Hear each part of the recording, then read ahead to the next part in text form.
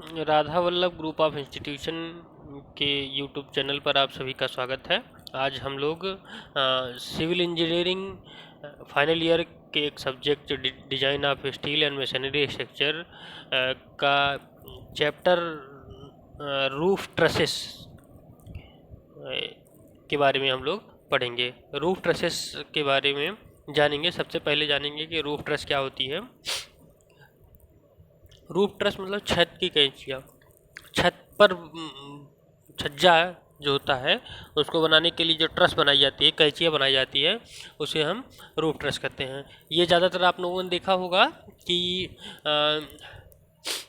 Industrial buildings जो होती हैं, इंडस्ट्रियल बिल्डिंग में जैसे मतलब औद्योगिक क्षेत्र की जो बिल्डिंग होते हैं, बड़े बड़े गोदाम होते हैं, कारखाने होते हैं, ठीक है, उसमें ट्रस बनी होती है, उसके ऊपर से कवरिंग कर दी जाती है, ठीक है, छत की, जिसको रूफ कवरिंग बोलते हैं। उसके ऊपर चाहे वो सीमेंट की सीट हो, चाहे टीन सीट हो, चाहे एस्बेस्टॉस की सीट, सीमेंट की सीट हो, ठीक है, अलग अलग मटेरियल की अलग अलग सीट हो सकती है।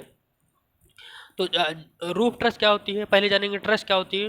ट्रस एक प्रकार की कैंचियाँ जो होती है, एक प्रकार की त्रिभुजाकार संरचना होती हैं, है, जो जिसमें जो है उनके कंप्रेशन और तथा संपीड़न, कंप्रेशन और टेंशन फोर्स आते हैं।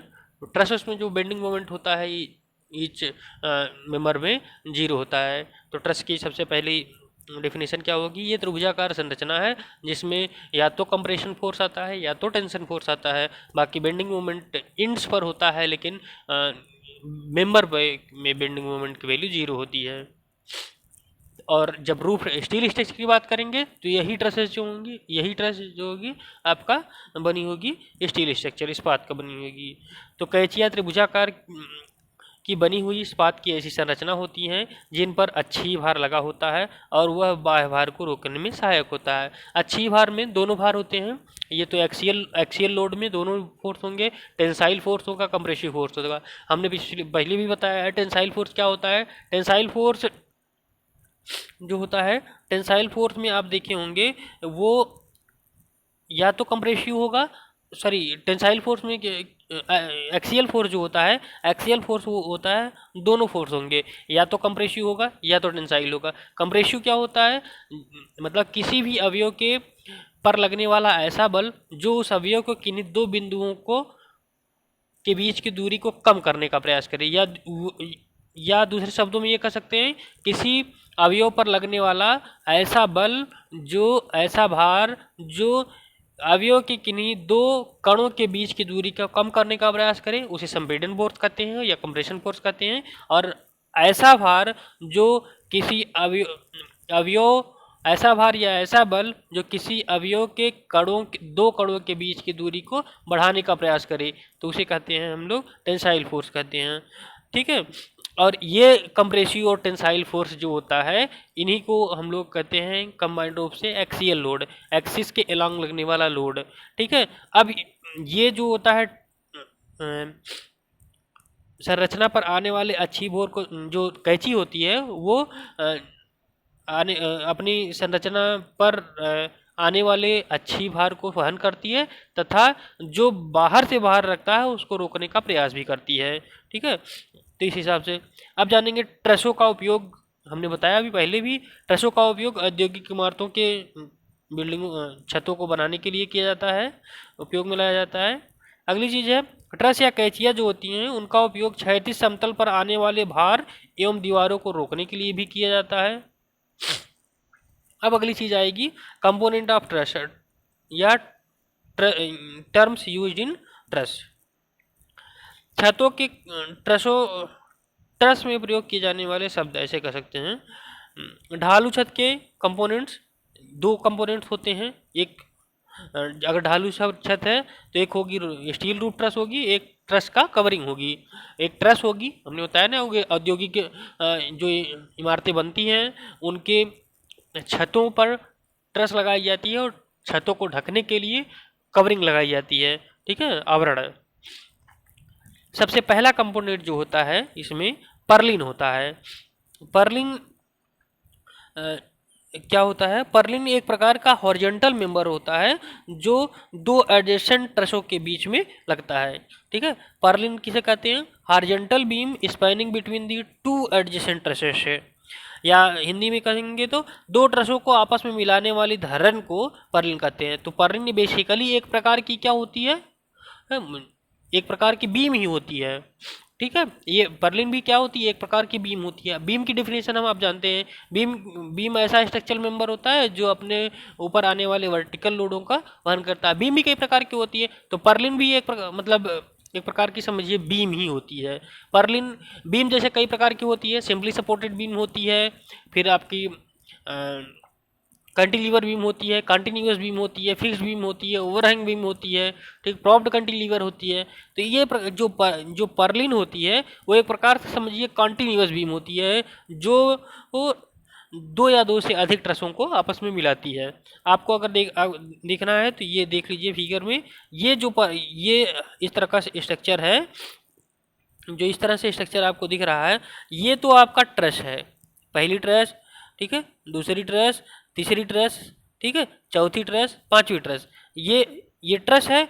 अब इन ट्रसों को जोड़ने वाली दो या दो से अधिक ट्रसों को मिलाने वाली बीम को क्या कहते हैं, पर्लिन कहते हैं। ये क्या होती है, इसे बोलते हैं पर्लिन। ठीक है, आप लोग देखे होंगे वर्कशॉप, अपने यहाँ जो वर्कशॉप है उसमें भी ट्रस बनी हुई है। ठीक है, तो ये जो भी चीज़ है इसे बोलते हैं हम लोग ट्रस, इसे बोलते हैं पर्लिन। ठीक,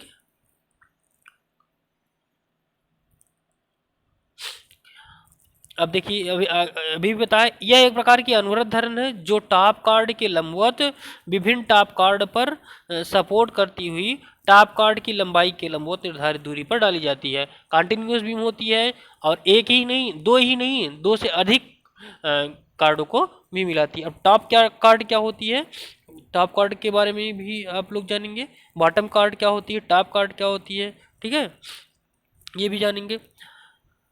टॉप कार्ड ये होती है मतलब सबसे पहली जो ट्रस होती है, सबसे ऊपर की जो ट्रस होती है उसे हम टॉप कार्ड कहते हैं। बॉटम कार्ड किसे कहते हैं, the lowest longitudinal member of truss, जो सबसे निचला मेंबर होता है ट्रस का, उसे कहते हैं बॉटम कार्ड। जैसे ये वाला नंबर दिख रहा है आपको, ये इसको बोलेंगे बॉटम कार्ड। और ये क्या होगा, ये टॉप कार्ड, ये टॉप कार्ड, इसको राफ्टर भी बोलते हैं। जैसे ये क्या होगा, ये पहला होगा, उसको राफ्टर बोलेंगे। ये रिज बोर्ड होता है, ये जो बीम गई है ये इसको बोलते हैं रिज बोर्ड। ठीक है, अगली चीज आती है अपेक्स। अपेक्स क्या होती है, अपेक्स जो होती है वो किसी भी ट्रस का हाईएस्ट टॉप मोस्ट पॉइंट होता है, जहाँ से टॉप मोस्ट पॉइंट होता है जहाँ पर झुकी हुई टॉप कॉर्ड मिलती हैं। तो ये सबसे टॉप मोस्ट, ये पूरी जो है रिज बोर्ड हो गया, और ये जो टॉप मोस्ट पॉइंट होगा उसे क्या बोलेंगे, ये जो टॉप मोस्ट पॉइंट होगा ये पॉइंट बोला जाएगा आपका अपेक्स, ये पॉइंट बोला जाएगा अपेक्स, और रिज बोर्ड ये। ठीक है, इस हिसाब से अगली चीज़ जो होती है अपेक्स हो गया। बियरिंग, बियरिंग क्या होती है, बियरिंग देखिए जहाँ पर संपीड़न बल लग रहा हो, structural support of truss normally with the timber wall plate, तो जहाँ पर सपोर्ट लगा होता है उसी पर जो है बियरिंग लगी होती है। हम आपको फिगर में दिखाते हैं, ये देखिए ये आपका सपोर्ट है, ठीक है, सपोर्ट है, इसके ऊपर ये देख रहे हैं जरा सा वो लगा हुआ वॉल प्लेट, उसी को क्या बोलते हैं, बियरिंग बोलते हैं। ठीक, बियरिंग बोलते हैं। अगला होता है टॉप कार्ड, अभी बताया। प्रमुख राफ्टर को ही शीर्ष कार्ड कहते हैं, जो ट्रस के शीर्ष से दोनों सिरों को की दीवारों पर ज्वाइन करती है। निचला कार्ड या बॉटम कार्ड किसे कहते हैं, टाई बीम को ही बॉटम कार्ड कहते हैं, वही सबसे निचला कार्ड। आप देखिए फिगर में सबसे निचला कार्ड क्या है, ये वाला कार्ड, इसे टाई बीम भी बोलते हैं और इसे बॉटम कार्ड भी बोलते हैं। ये जो देख रहे हैं ये लाइन, ये क्या होगा, टाई बीम भी होती है और इसको क्या बोलते हैं हम आप, बॉटम कार्ड भी बोलते हैं। निचला कार्ड हो गया। स्पैन, दो आलंबों के बीच की दूरी जहां दीवार ट्रस अवलंबित होती है उसे स्पैन कहते हैं। दो सपोर्टों के बीच की दूरी जहां पर दीवार ट्रस अवलंबित होती है इसे स्पैन कहते हैं। राइज क्या होती है? बॉटम कार्ड और रिज के बीच की दूरी को हम लोग राइज कहते हैं। राइज क्या होते हैं? बॉटम कार्ड और रिज। बॉटम कार्ड क्या है? बॉटम कार्ड हमारी देखिए, बॉटम कार्ड हमारी ये है, ठीक है। और टॉप कार्ड क्या है? देखिए, बॉटम कार्ड हमारी ये है और उसके बाद ये टॉप है। अब इसके बीच की दूरी जो दूरी होगी इसे हम क्या बोलेंगे? ये दूरी को बोलेंगे राइज, एच, जिसको बोलेंगे राइज। एच बराबर राइज बोलते हैं, ठीक है, इसको राइज बोलेंगे। स्पैन क्या होगी? ये सपोर्ट है, अगर आपका ये सपोर्ट है और इसके बाद ये सपोर्ट है, इन सपोर्टों के बीच की दूरी को क्या बोलेंगे? स्पैन बोलते हैं, ठीक है, स्पैन, इसको बोलते हैं स्पैन। राइज हो गया। पैनल किसे बोलते हैं? अवयवों को बॉटम कार्ड या टॉप कार्ड से मिलाने वाले बिंदु पैनल बिंदु कहलाते हैं तथा दो क्रमागत पैनल बिंदुओं के बीच की दूरी को पैनल दूरी बोलते हैं। क्या होता है? अवयवों को बॉटम कार्ड तथा टॉप कार्ड से मिलाने, बॉटम कार्ड तथा टॉप कार्ड से मिलाने वाली बिंदुओं को पैनल बोलते हैं। बॉटम कार्ड और टॉप कार्ड के जो बिंदु होते हैं उनको मिलाने वाले को ही क्या बोलते हैं हम लोग? उनके मिलाने वाले बिंदुओं को हम लोग बोलते हैं पैनल। आइए देखते हैं पैनल क्या होता है।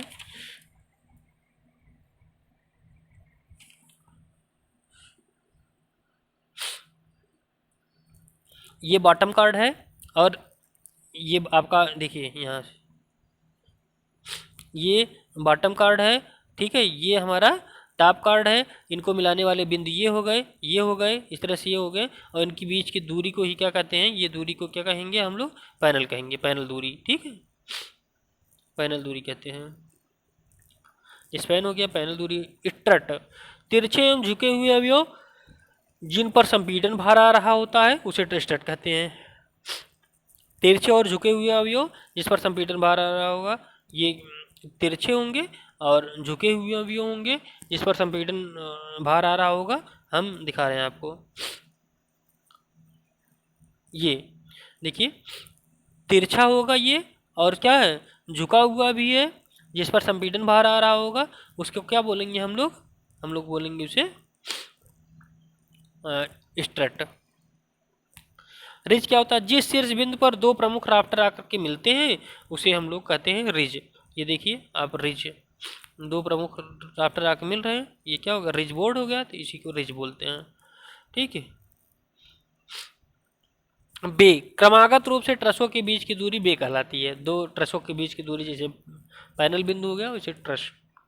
कैंटिलीवर, स्ट्रक्चरल मेंबर का वह पार्ट भाग जो टिकाव सपोर्ट के आगे निकला हुआ होता है उसे जो है, ये सपोर्ट के आगे निकला उसे आप लोग बोलते हैं, हम लोग कैंटिलीवर बोलते हैं।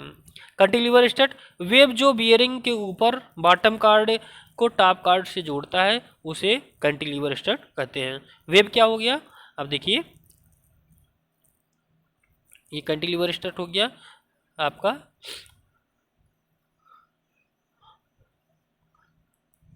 वेब इसी तरह से वेब भी होता है, ठीक है, पूरा फिगर नहीं आया है, इसमें वेब भी होता है, ठीक है, इसे वेब कहते हैं। ओवरहैंग क्या करता है? बियरिंग सपोर्ट से टॉप कार्ड का बढ़ा हुआ भाग ओवरहैंग कहलाता है। देखिए बियरिंग सपोर्ट से बढ़ा हुआ भाग, ये देखिए बियरिंग सपोर्ट से बढ़ा हुआ भाग क्या कहलाएगा? ये वाला पार्ट, ये वाला पार्ट आपका कहलाएगा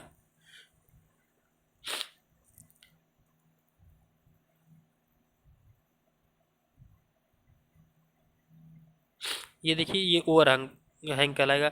अब ओवरहैंग भी देखिए दो प्रकार का होता है। वेब, वेब भी देख लीजिए आप, ये झुका हुआ पार्ट होगा, ये दोनों क्या होगा? वेब होगा, ठीक है, ये पार्ट दोनों वेब होगा।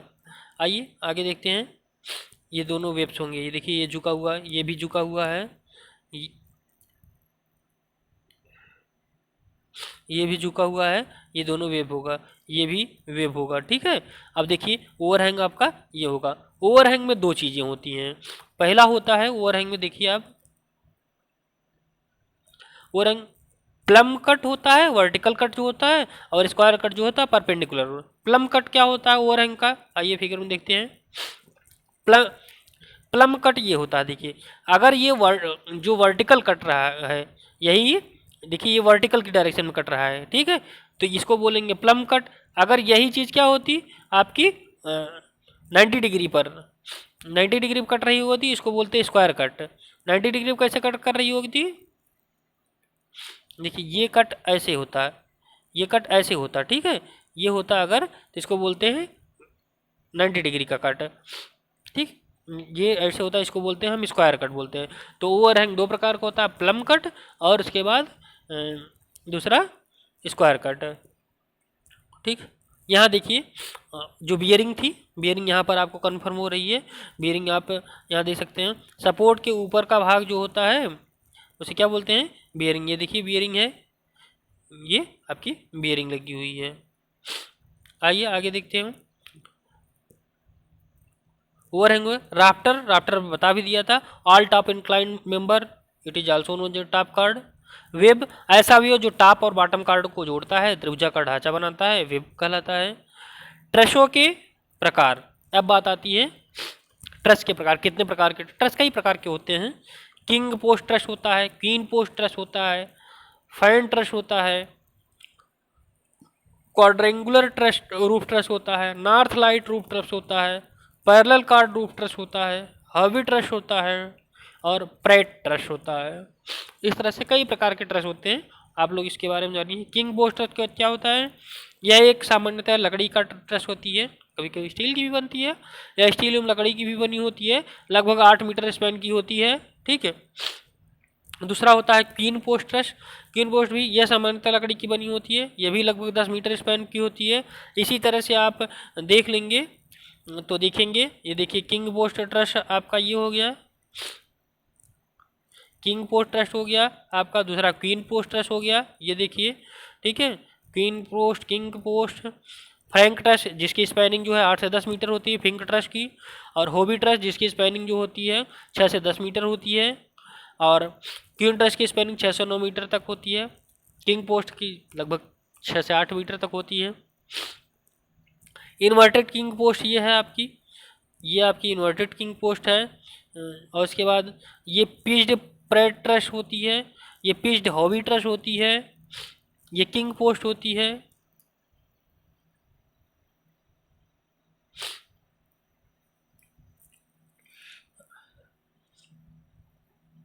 ये देखिए ये होती है इन्वर्टेड क्वीन होगी, ये क्वीन पोस्ट होगी, ये पिच्ड फिंग ट्रस्ट होगी, ठीक है। इसी तरह से ट्रसें सही सही प्रकार की होती है। पैनल जॉइंट होता है, स्टड होती हैं स्पैन, ये सभी ट्रसेस है, ठीक।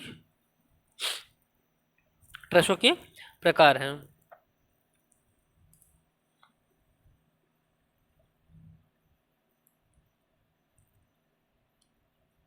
देखिए नॉमिनल स्पैन यहाँ से इसके मिड से मिड तक, क्लियर स्पैन इसके इंड से इंड तक, ठीक।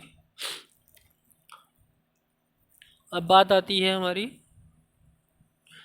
Roof truss. पहला हमने कंपोनेंट में पढ़ा था, पहला रूफ ट्रस, रूफ ट्रस में पहला कंपोनेंट हम लोगों ने पढ़ा था, जैसे वो स्टील स्ट्रक्चर का रूफ ट्रस होता है, उसका पहला ही कंपोनेंट हम लोगों ने पढ़ा था रूफ ट्रस।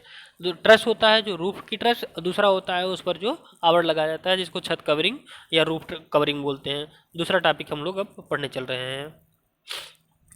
ट्रस का सेट बनाने के लिए ट्रसों पर छतावरण दिया जाता है जो निम्न पदार्थों का बना हुआ होता है। स्लेट का बना होगा, स्लेट साइज होगी लगभग 500 से 250 mm तक, स्लोप जो होगा लगभग 27 डिग्री तक होती है। जब स्लोप 27 डिग्री की रहेगी तब स्लेट की साइज 500 mm से 250 mm तक की रहेगी, 500 क्रॉस 250 mm की। और जब स्लोप 33 डिग्री का होगा तो तब जो है स्लेट साइज जो होगी 400 से 200 mm होगी। पिच क्या होती है ये बता रहे हैं, लेकिन इसके लिए जो स्लेट है उसके लिए पिच 1.4 होती है। क्या होती है अभी हम बताते हैं आपको। पिच टाइल जो होती है, स्लेट के स्थान पर टाइल भी प्रयोग की जाती है। लेड की चादरें यूज की जाती है, पुराने समय में की जाती थी। जिंक की सीट भी पुराने समय में, एस्बेस्टॉस शीट, एल्युमिनियम की लहरीदार सीटें, लहरीदार भी आप लोग देखे होंगे जिसको टीन सेट बोलते हैं, ठीक है, तो वो लहरीदार सीटें होती हैं। अब बात आती है डिजाइन की। डिजाइन में जैसे हम लोगों ने बताया अभी, पिच क्या होती है? पिच क्या होती है? राइज अपान स्पैनिंग होती है, स्पैन, राइज अपान स्पैन होती है। स्लोप क्या होती है? Rise upon half of span. ठीक है, तो ये आप देखिए, ये आपकी स्पैन है, राइज जो है ये है, तो स्पैन जो है इसका आधा, हाफ ऑफ स्पैन।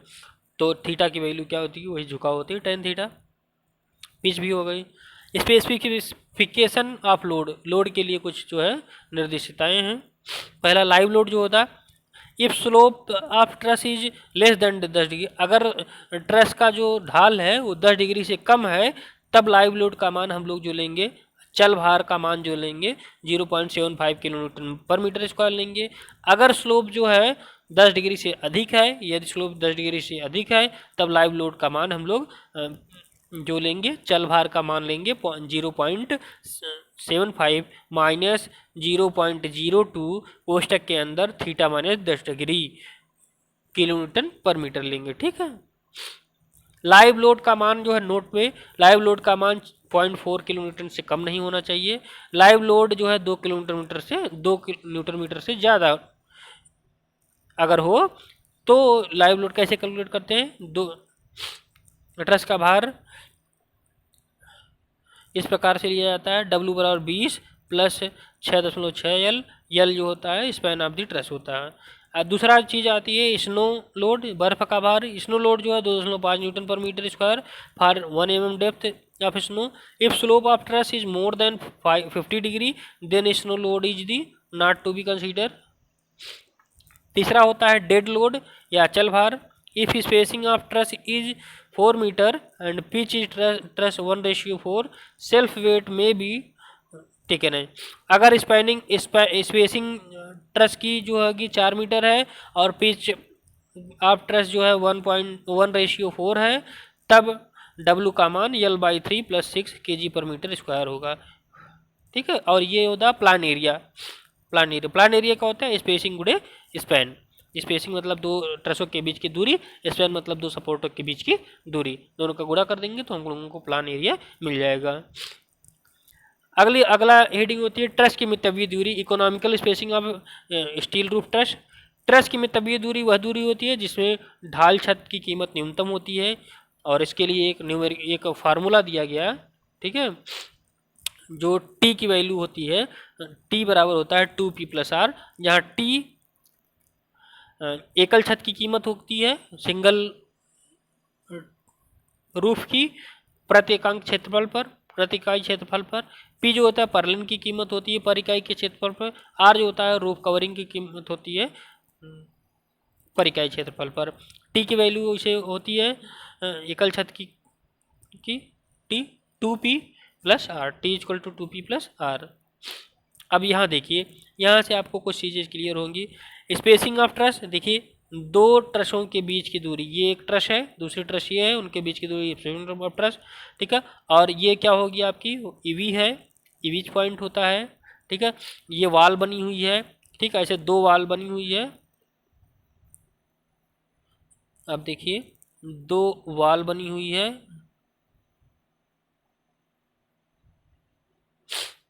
और उसी पर जो है हम लोग ट्रस रखे हुए हैं। स्पैन भी देख रहे हैं आप। प्रिंसिपल राफ्टर क्या होता है ये भी देख लिया। अब दिए रूफ ट्रस के लिए अब एक क्वेश्चन हम लोग देखते हैं, कैसे लाइव लोड की कैलकुलेशन करेंगे, कैसे हर चीज़ कैलकुलेट करेंगे, उसके बारे में देखते हैं। दिए हुए रूफ ट्रस के लिए अचल भार, चल भार और वायु भार प्रति पैनल, वायु भार का मान प्रति पैनल के हिसाब से गणना कीजिए। ट्रस किसी फैक्ट्री के लिए प्रदान किया गया है और जिसका मान निम्न है। Spacing and height of truss 3.5 metre and 12 metre. जो स्पेसिंग है ट्रस की वो 3.5 मीटर दिया है, और जो हाइट है वो 12 मीटर है। दूसरा पॉइंट दिया है स्पैनिंग और राइज दिया है, 12 मीटर स्पैनिंग है और राइज जो है 2.5 मीटर है। नंबर ऑफ पर्लिन्स जो दिया है इंक्लूडिंग रिज एंड वीज 10 नंबर की हैं, 10 संख्या है उनकी। लेंथ ऑफ सेट जो होती है 30 मीटर है। रूफ कवरिंग मटेरियल है AC सीट है, और प्रोबेबल लाइफ ऑफ स्ट्रक्चर मतलब अनुमानित स्ट्रक्चर की लाइफ 25 मीटर है। आइए कैलकुलेट करते हैं। 10 ट्रस दिया है। अब देखिए टोटल जो आपको वैल्यू दिया है ये number of purlins including ridge and eaves 10 दिया है। रिज हमने बताया था, इवीज ये होता है, ठीक है, रिज ये होता है। इसको इंक्लूड करने के बाद हम लोग को टोटल 10 पर्लिन लगाना है।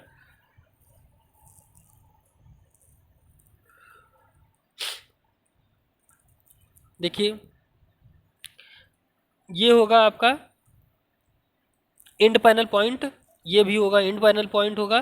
देखिए तो 10 दिया है तो 5 इस तरफ पर लगाएंगे हम लोग, 5 इस तरफ लगाएंगे। देखिए अगर वैल्यू हम लोगों को 10 दी हुई है तो 5 इसके 5 इधर लगाएंगे और 5 इधर लगाएंगे। ये देखिए इंड पैनल ईवीज जो होती है ये इंड वाला होता है, इंड पैनल पॉइंट होता है। इसको कैलकुलेट करिए, ये 1 2 3 4 और यहाँ 5, एक इधर से है, फिर इधर से 1 2 3 4 और एक यहाँ 5, ठीक है। ये इस हिसाब से देख लीजिए, 5 5 10 हो गया, 10 है। अब इसके बारे में हमको कैलकुलेशन करना है। पहले प्रीलिमिनरी कैलकुलेशन करेंगे, पहले जो प्राथमिक मान है उसकी कैलकुलेशन करेंगे। एंगल ऑफ ट्रस देखेंगे। एंगल ऑफ ट्रस हम जानते हैं tan थीटा पर rise upon half of spanning. Rise की वैल्यू है 2.5 मीटर, एच की वैल्यू 2.5 मीटर है। हाफ ऑफ स्पैन जो है 12 मीटर की स्पैन है तो हाफ उसका 6 मीटर हो जाएगा। 0.416 और अल्फा की डिग्री अगर निकालना होगा तो 22.6 डिग्री, साइड लगभग 22.5 डिग्री कोण झुका होगा। Length of principal rafter, length principal rafter आप देखिए झुकी हुई होती है, जिसे झुकी हुई दूरी होती है, ये प्रिंसिपल राफ्टर होता है।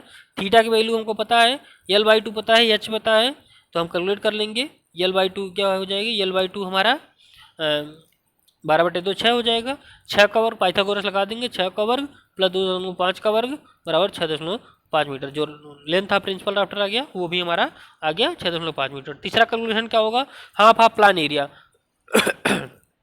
प्लान एरिया, प्लान एरिया हमने बताया था spanning but spacing of truss गुड़े स्पेसिंग ऑफ ट्रस और गुड़े स्पैन होता है, ठीक है। तो स्पैन आधा कैलकुलेट करेंगे क्योंकि आधे की तरफ ले रहे हैं। देखिए इस तरह से है, ठीक है, ये इस तरह से है। अब ये ट्रस है तो ये दूरी क्या होगी हमारी, स्पेसिंग हो जाएगी, ठीक है, स्पेसिंग अब राइट साइड की होगी। और ये दूरी और ये क्या हो गई हमारी, पूरा स्पैन हमारा 12 मीटर का है तो हाफ हाफ स्पैन लेंगे तो हमारा ये एरिया आ जाएगा। प्लान एरिया मतलब ये छज्जा के नीचे हॉरिजॉन्टल एरिया जो है, जैसे जो छज्जा ऐसे इंक्लाइन छज्जा बनी हुई है, ये इंक्लाइन छज्जा हमारी जो बनी हुई है, अब इधर से भी बनी हुई है इंक्लाइन छज्जा, ठीक, इंक्लाइन छज्जा आपकी इधर से भी बनी हुई है। अब इसी को हमको क्या करना है, नीचे का एरिया लेना है, नीचे का एरिया ये, ठीक, ये एरिया हमारा नीचे का। तो क्या हो जाएगा, ये वाली दूरी गुड़े ये आधी दूरी, मतलब पूरी दूरी क्या होगी, स्पैन होगी, ये आधी दूरी क्या हो जाएगी हमारी हाफ हाफ स्पैन। चलिए तो ये हो गई प्लान एरिया आधी दूरी का। Half half slope area, half half slope area क्या हो जाएगा, लेंथ ऑफ प्रिंसिपल राफ्टर गुड़े स्पेसिंग ऑफ राइट साइड। तो 6.5 गुड़े स्पेसिंग जो होता है 3.5 मीटर। अब देखिए calculation of load, dead load IS इतना के अनुसार। पहला weight of roofing material for AC seat, assume weight of, जो अगर AC सीट लगी हुई है तो वेट अज्यूम करेंगे हम लोग, मानेंगे कि 130 न्यूटन पर मीटर स्क्वायर स्लोप एरिया पर होगा। वेट ऑफ रूफिंग मटेरियल कितना हो जाएगा, वेट ऑफ रूफिंग मटेरियल देखिए 130 मतलब पर मीटर स्क्वायर होगा, नहीं 130 गुणे मीटर क्षेत्रफल का गुणा कर देंगे। कौन सा क्षेत्रफल गुणा करेंगे, हमारा हाफ हाफ स्लोप वाला क्षेत्रफल, क्योंकि यहाँ हमको स्लोप वाला क्षेत्रफल इसलिए ले रहे हैं क्योंकि हमारा जो वेट होगा वो स्लोप पर होगा। रूफ मटेरियल जो होगा हमारा छत पर ही तो पड़ा होगा, छत जो होगा स्लोप पर होगा। जैसे जो छत होता है, 3 सेट देखे होंगे, वो रूफ ही होता है, तो उसका ही हमको लोड लेना है। तो पहले हम जान जाएंगे कि पर मीटर स्क्वायर कितना, 1 मीटर स्क्वायर का 130 न्यूटन। तो अगर हमारा ये टोटल क्षेत्रफल आया है कितना 22.75 न्यूटन, तो 22.75 मीटर स्क्वायर क्षेत्रफल का कितना हो जाएगा, 130 गुणे इतना हो जाएगा। ठीक है। वेट ऑफ पर्लिन, पर्लिन देखिए हमारी क्या होगी, पर पर्लिन हमारा जो है हॉरिजॉन्टल मेंबर होता है। हॉरिजॉन्टल मेंबर जो होता है मतलब इसमें हमको नीचे का क्षेत्रफल लेना, नीचे के क्षेत्रफल मतलब प्लान एरिया लेना है, प्लान एरिया लेना है। तो देखिए पर्लिन का वेट 90 किलो न्यूटन पर मीटर स्क्वायर मान लिए, 90 न्यूटन मीटर स्क्वायर। अगर 1 मीटर स्क्वायर का क्षेत्र भार हम मानेंगे 90 न्यूटन। अगर हमारा प्लान एरिया कितना है, 21 आया है। प्लान एरिया देखिए हमने कैलकुलेट किया 21 metre square. Half of plan area एक तरफ का ले रहे हैं, तो हाफ ऑफ प्लान एरिया क्या हो जाएगा, इतना 1890, 121 मतलब 90 गुणे 21 प्लान एरिया, और उसके बाद हो गया ये। सेल्फ वेट ऑफ ट्रस क्या हो जाएगा, सेल्फ वेट जैसे जनरली कैलकुलेट करने का formula 10 into span by 3 + 5 Newton पर मीटर स्क्वायर। तो सेल्फ वेट हमारा 90 न्यूटन पर मीटर। ये ऑन प्लान एरिया लगेगा। Plan area self weight of roof truss 90 गुणे 21 1890 हो जाएगा। वेट ऑफ विंड ब्रेसिंग, जो हवा होगी उसकी, उसका वेट क्या होगा, मान लीजिए 12 न्यूटन पर मीटर स्क्वायर है। ऑन प्लान एरिया लगेगा, इसमें भी 21 का गुणा कर देंगे तो टोटल वेट आ जाएगा।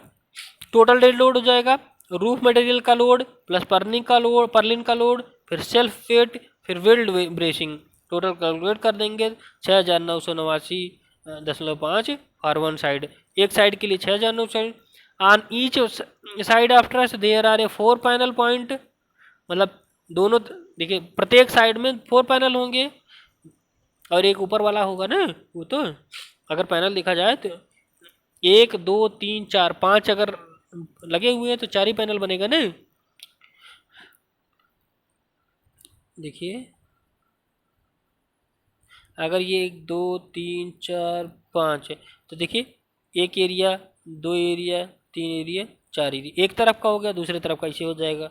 On each side 4 panel point, dead load in the intermediate panel point, full point होगा इतना। Dead load on each panel point, half panel के लिए इतना बटे इतना। ठीक, इस तरह से हम लोग कैलकुलेट करेंगे। यहाँ देखिए इस फिगर में आपको रूफ और प्लान एरिया अच्छे दिख रहा है। रूफ क्या हो गई हमारा ये, या इसी को हम लोग बोलेंगे इंक्लाइंड एरिया। रूफ हमारी क्या है, ये कवरिंग है। ठीक है, ये चीज़ जो है कवरिंग है। और प्लान एरिया हमारा क्या है, ये प्रकार, इस प्रकार की देखिए ये गुड़े ये क्या होगा हमारा प्लान एरिया, मतलब हॉरिजॉन्टल एरिया है। मेन टाई बार ये सब जो है। इसी तरह से ये चैप्टर हमारा जो है क्या बोलते हैं, डिजाइन ऑफ स्टील स्ट्रक्चर का रूफ ट्रस खत्म हुआ। इस पर छोटे मोटे न्यूमेरिकल हैं, बेसिकली टाइप्स आपको पढ़ना है, जो कुछ शब्दावलियाँ प्रयोग होती हैं वो इसके बारे में जानना है। ठीक है, इसका उपयोग क्या होता है ये जानना है। हम लोग जैसा बताएंगे कि इंडस्ट्रियल बिल्डिंगों में होती क्या है कैसी, इसके बारे में जानना है। ये सारी चीज़ें आप लोग जानेंगे। 2 एक छोटे मोटे न्यूमेरिकल कर लीजिएगा, बस हो जाएगा। ओके, थैंक यू, आज के लिए बस इतना ही।